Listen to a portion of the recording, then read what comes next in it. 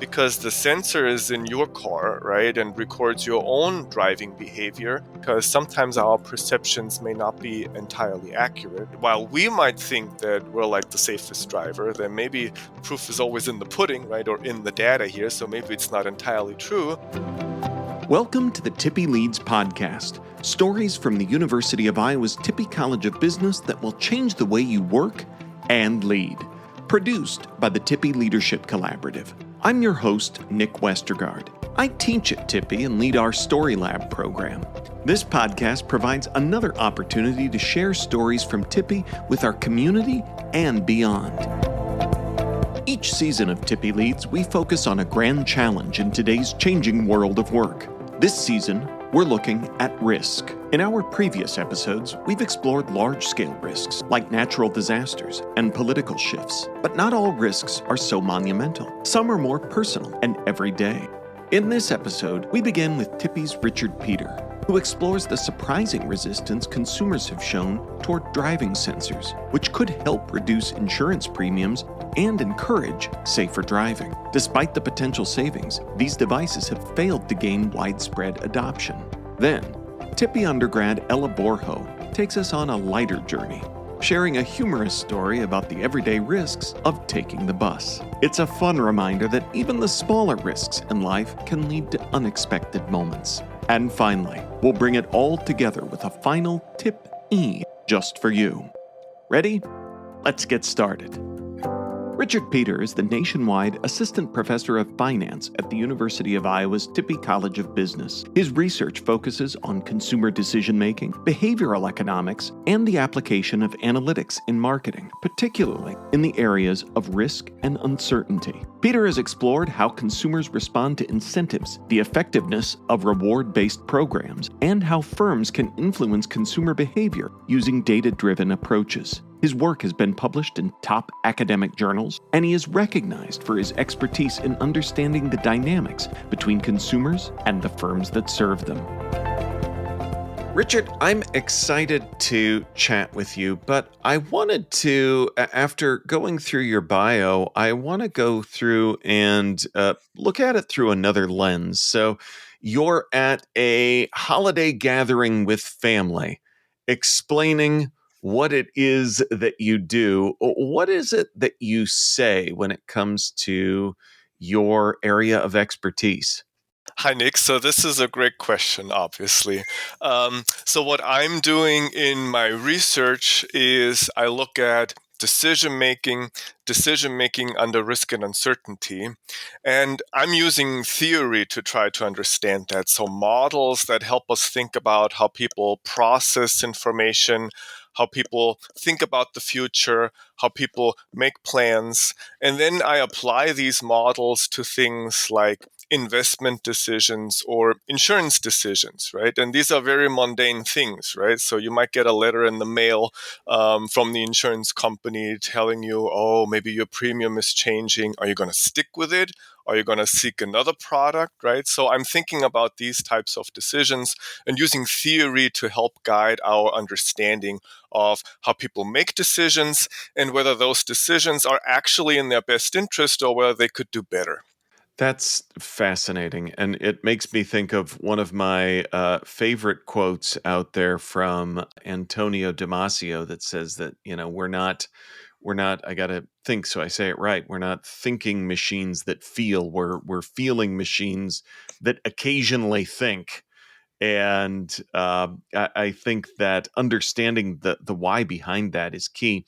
So you talked a bit about insurance, and a lot of your work has been around driving, which is certainly changing in a lot of ways. But you talk about monitors, sensors, and one comparison that you make that I found handy for me in understanding this was almost like the Fitbit that we wear, but for driving. And I wondered if you'd, for those that don't know about this technology, tell us about it and what it is, how it works, and why it matters. Absolutely. So, Nick, I actually love your point about the Fitbit because now this is not driving related, but there are insurance companies in the life insurance space that use exactly that. So, there's a Fitbit that measures your activity level, how many steps you take a day, and that data can be useful for a life insurance company to understand are these active people who have like an active lifestyle, who do something about their risk, about their health, right?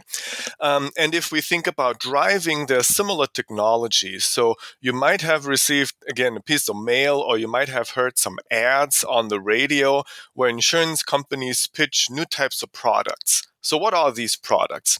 These products allow consumers to either put a sensor in the car or use a smartphone app. So, you can download an app to your phone, and then that app is on while you're in the car, and then either that sensor or the app, they measure your driving behavior. Okay. And that's why we call these products usage based insurance, because it depends on your actual driving behavior. Now, what does that mean specifically, right? So these are things like acceleration, right? So do you really hit the gas, or is it like smoother? These are things like hard brakes, right? So do you have a proactive approach to driving, or do you just slam the brakes and then get going again, right? Things like cornering and all these types of things. So, and obviously with improvements in technology, we can now measure these things better. We can handle larger data sets more efficiently, and this is data that insurance companies have started to use and to collect in order to help them tell, well, who are good drivers, who are safer drivers, and who are riskier drivers, and then also like give premium discounts accordingly, right? So in a nutshell, it's a tool, it's a device, and it can be on your phone, or it can be a standalone device that you put into your car that measures driving behavior and makes that data accessible for the insurance company to use in their pricing, in their rate making. So it sounds fascinating. And it sounds like at a time when we want to be thinking more about being, price conscious and, with an eye on inflation and what we're paying where.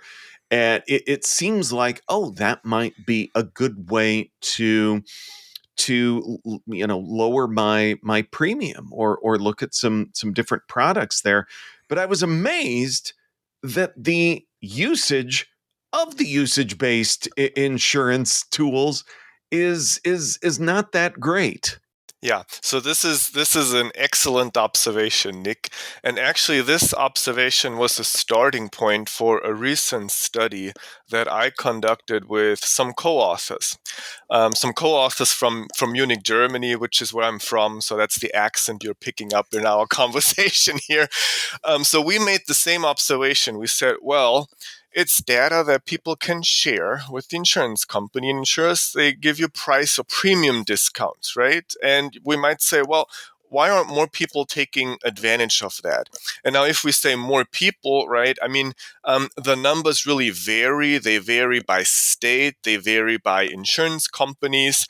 But if we look at some industry reports predicted that uptake is going to be somewhere like in the high 20s or maybe even low 30s. And we're not really seeing those rates of adoption among consumers. So we were wondering, right? And you mentioned inflation as a point, right? So people always look for ways to save money, and especially when it comes to something like auto insurance, right? Which is not really something that we would say that's a fancy thing that I enjoy spending money on. It's rather something where I'd say, okay, how can I get the protection I need, but for a good deal, right? So it sounds like something that should be attractive for consumers, yet at the same time, we're not really seeing the adoption rates market wide that we would expect. And then if we take a step back and we look at what theory tells us or economics tells us, it says, well, obviously, when it comes to driving, the insurance company is not sitting in the car with you, right? So there's something that we call asymmetric information in economics. They don't know actually how you drive. Now, these tools allow them to understand better how you drive. So it reduces that gap, right? And we have some theories in economics that tell us this is a good thing, right? That creates more welfare. It gets us better to like a more perfectly functioning marketplace. Okay, so what's happening here? Why is that? And that's something that we explore in that recent study. And again, we use tools from economics, from decision making to think about, well, how do people think about these products and what are the trade-offs involved? Okay. Now, an obvious candidate might be privacy concerns. It might be that people say, well, this is very personal data, how I drive, also where I drive and when I drive. So, should the insurance company really be able to know all that? Or do I have some reservations here? So, it might just be privacy concerns. And for some consumers, these might be really important. We were not so convinced by that explanation. Now, why is that? Well, oftentimes when you ask people, consumers, about privacy attitudes, they state a lot of privacy concerns. So they say that this is something that matters to them. If we look at their actual behavior, what they do, they post on social media, they click all these things, they Uh-huh. accept it, and you've Yep. probably done it today already. And I just did it with this new recording technology. You just click the box, you accept this, say, okay, whatever. So if we look at people's actual behavior, there's a gap, right? And people call that a privacy paradox. So we don't really think that privacy concerns are like a dominant explanation. Might be an explanation for some consumers, but we were trying to dig a little bit deeper, okay? Now, what is it that we arrived at in this piece of research? Okay, and not to say that privacy concerns don't matter, right? So they may matter for some people, but what's another way of looking at this problem? And we said, well, it might really be the classification that comes with this driving data. Okay. And the point that we're making in this research is we're saying, well, there's a lot of data, right? And there's algorithm. So it's a little bit of a black box approach, right? So insurers, they collect all this data. Oftentimes they use third-party providers to help with the data collection, to help with the analysis. They do something with the data, they produce a score, and that score is then being used to translate into premium discounts. And consumers, they do get feedbacks on the app. So they see, oh, this was like a 5-star trip. Oh, here was a 4-star trip because you really slammed the brakes at this light, etc. They do get some feedback, but some people say it's not really as transparent as they wish. And then there's also some exceptions, right? Because sometimes you have to slam the brakes to prevent an accident, right? Right. Or Yeah. sometimes it's better for the flow of traffic if you just speed up and make the light instead of slamming the brakes, right? So it's not always that cut and dry. And now let me share a story with you that tells you that it's not always that cut and dry. So what's that story? So a friend of mine, he had one of these products as well in auto insurance, and he and his wife, they had it for like a year or two, and then they said they ditched it. They didn't want to have it anymore. So why was that? So his wife is a nurse, and she was oftentimes driving late at night at unusual hours. Now, that can be a red flag, but not for a nurse, okay? Right. Mm. So they said this was really something that was hurting their score, and they thought it was a little bit unfair. It wasn't really appropriate given like their situation.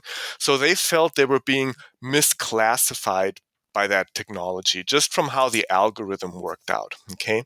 And what we show in our research, in a theory model that we put together, is we show that this classification risk, or this imperfect classification, right, that people are not perfectly classified, that this is something that might matter and that can discourage people from exploring these otherwise useful and cost-saving insurance products. So like the kind of forewarning you gave me in sending me your materials, you said there's a lot of math and modeling in there. But as we get to the end of this, I am sort of struck by, almost, is there a communication challenge here? Because you've got something that is of value to the market, to, again, people in general, don't love spending money on insurance, but they know they need the coverage that is required, that they need to feel safe.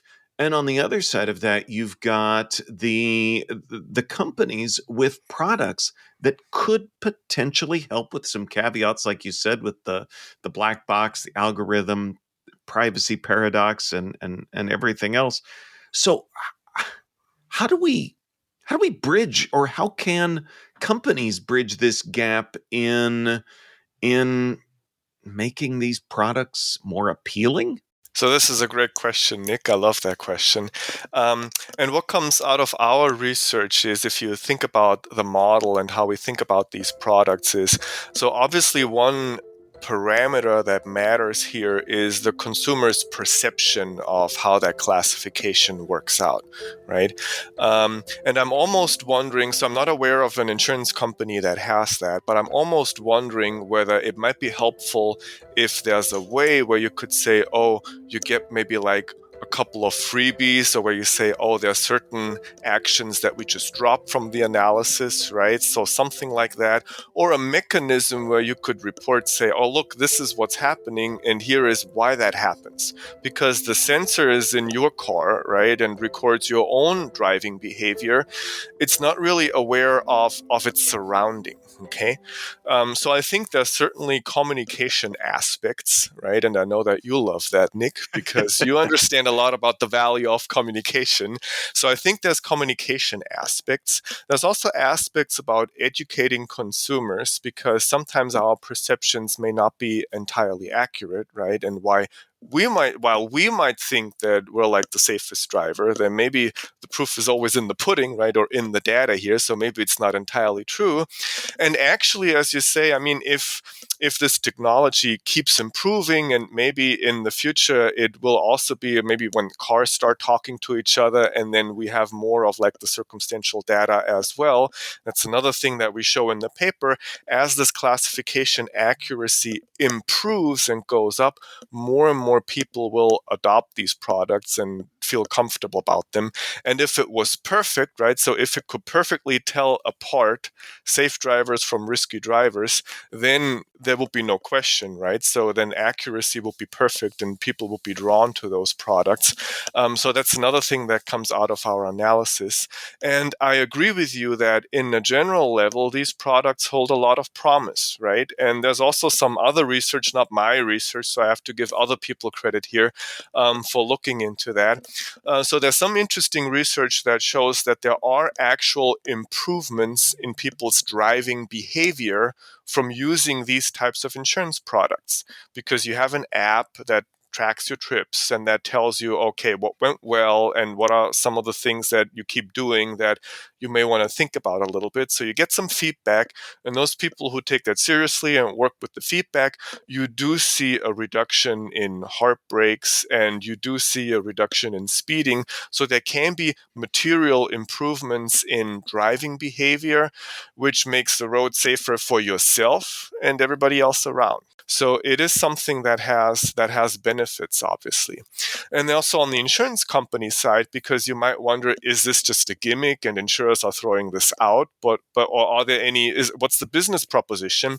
And we do see that insurers who adopt these technologies early, they increase their profits and they reduce their loss ratios, which is a technical term in insurance. It means how profitable is their underwriting business. So they reduce loss ratios and some of their combined ratios. So also from a business side, it does make business sense to have these new types of insurance products that help us better classify risks. So coming back to that communication challenge, if we can find ways to sway more consumers to tell them, look, we're working on this, it's improving, right? And it may not be perfect, but it is actually fairly good data, right? And we're not messing around with it. So if we can get there, there are some material benefits in terms of your own driving behavior, road safety, and also on behalf of insurance companies in terms of their business models that can be unlocked. So yes, communication is key, and it's my hope, and also based on the research that we've done, that if we work on some of these parameters, we will see more adoption of these types of products. Managing risk and consumer behavior is one thing, but what happens when everyday situations, like taking the bus, turn into unexpected challenges? Tippie undergrad Ella Borho found herself navigating the humorous yet unpredictable risks of public transportation. She shared this lighthearted story at our Fall 2023 Story Lab showcase. Ever since I was a little girl, my mom would always discipline me for staring at people. I would stare at teenagers at restaurants, or specifically, old, bald men. I have to admit. My friends started to notice this problem of mine, and my mom continued to discipline me on not needing to stop staring at people, Ella. But I never quite learned my lesson until I had to go home for the holidays, freshman year of college, on the Greyhound bus. My first time doing this, I made my way to the bus stop, and I was in line, and there were a few people in front of me, and a man and a woman came behind me, and they started talking about their dollar slushies they just got at the gas station, and the man taps me on the shoulder and says, "Can you please give me a hug? Can I have a hug, please? Please give me a hug." And I turned around and I said, No. No." And the woman next to him said, "Man, do you not remember what you just got out of jail for?" I was in shock. I was not quite prepared for what my bus experience would be like. And so when I got on the bus, I was the last person on, so every single seat was full except one. One for me. I walk on the bus. There's a lot of distractions on the bus. And I'm looking for a seat. Man in the front of the bus, he has his TikTok at full volume. I'm staring at him. But I gotta keep walking, and I see a woman on an already hectic bus screaming at her toddler that she needs to be quiet because the bus isn't already loud enough. And I'm looking for a seat, and the only spot available is next to a man with a bouquet of roses in his lap and 3 helium balloons coming from the air vent down to the seat and up to the top of the air vent and back down. And he does let me sit next to him. But when I sit down, I'm cramped, and the balloons start hitting my head and back up on the air vent and down and hitting me. And I'm distracted by the balloons that I'm staring at, the man. Everything around me is distracting me. I'm nervous, I'm cramped up, and for the next 4 hours, I'll be staring at everyone on the bus. And the conversation that really grabs my attention is the woman directly across the aisle from me. And I hear her, and I'm listening to her talk about how just earlier that morning, her granddaughter started talking back to her, and the best thing to do would be to choke her and show her who's boss. And that definitely grabbed my attention as I'm listening to her, staring at her, still the balloons coming up and down on my head. And then the bus starts to swerve in and out of lanes of traffic. And looking out, and what is happening? Why is the bus moving around so much? And there's a dog running across the highway. What? And the man from the back of the bus screams, and he screams out, "You need to kill that dog! That dog needs to die!" And the woman, previously talking about choking her granddaughter, screams back out, "Someone loves that dog! That dog should live! Someone loves that dog so much!" And the man from the back of the bus screams back out. He screams, "I'd rather have the people on this bus live than that dog die. These people need to live." And as I'm staring at him, he screams back out, "What are you staring at?"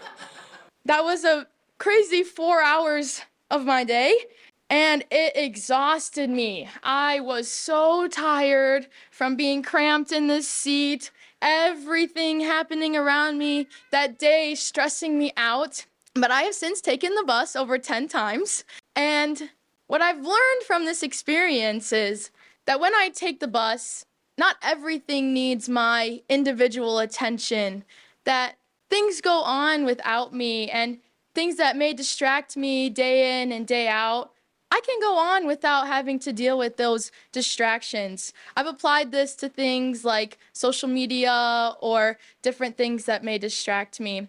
And I've learned a lot from that first experience. Thank you.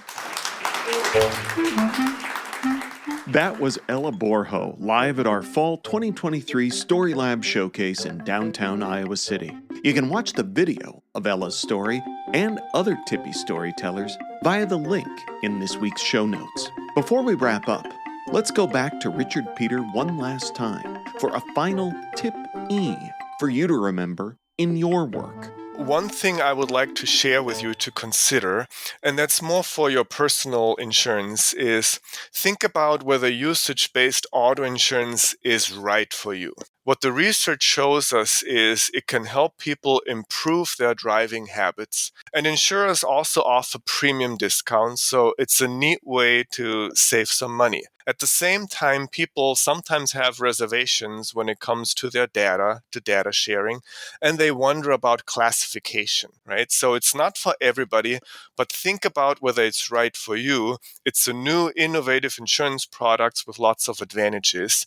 And while there might be some hesitation, I think it will pick up in the market as we improve communication in the future. In this episode, we've talked about risks associated with driving, but there's another everyday activity that poses great risk: using your computer. And there's a world of professionals whose jobs are dedicated to helping you mitigate cybersecurity risks, whether at home or at work.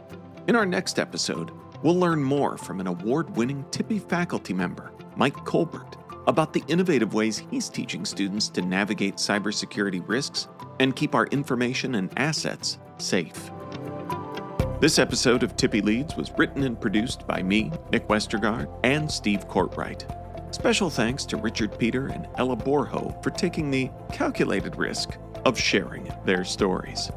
Tippie Leads is a production of the Tippie Leadership Collaborative. To learn more, go to tippie.uiowa.edu/Tippie Leads. If you like this episode, share it with a friend or coworker. Or, better yet, subscribe to the show on Spotify, Apple Podcasts, or wherever you like to listen. And if you're feeling generous, consider leaving us a rating or review to help others find the show. This is Nick Westergaard signing off. On behalf of everyone at Tippie, thanks for listening, and go Hawks!